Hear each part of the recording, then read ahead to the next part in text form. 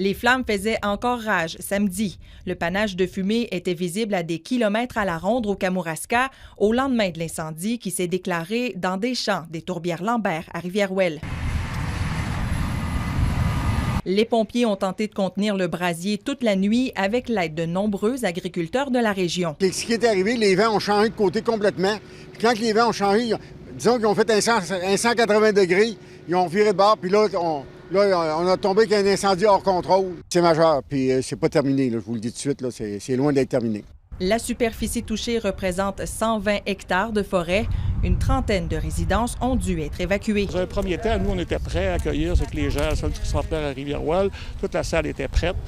C'est que les gens étaient là, mais rapidement ce matin, à cause du risque de fumée dans le périmètre urbain de Rivière-Ouelle, c'est qu'on a décidé de tout déménager comme ça rapidement, comme ça, c'est qu'à la Pocatière. Après avoir été déployés sur place la veille, des avions citernes de la Sopfeu étaient de retour dans le secteur en après-midi.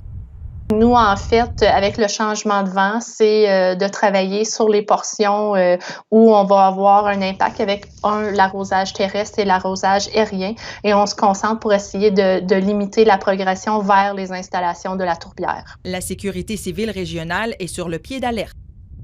À tout moment, le panache de fumée peut se diriger vers chez vous et peut-être que vous devrez prendre des mesures. Donc, c'est vraiment ce qu'on voulait ce matin, que nos municipalités soient en état d'alerte, soient prêtes à répondre aux besoins de leurs citoyens. Un avertissement de smog est en vigueur sur une large partie du territoire en raison des concentrations élevées de particules fines dans l'air.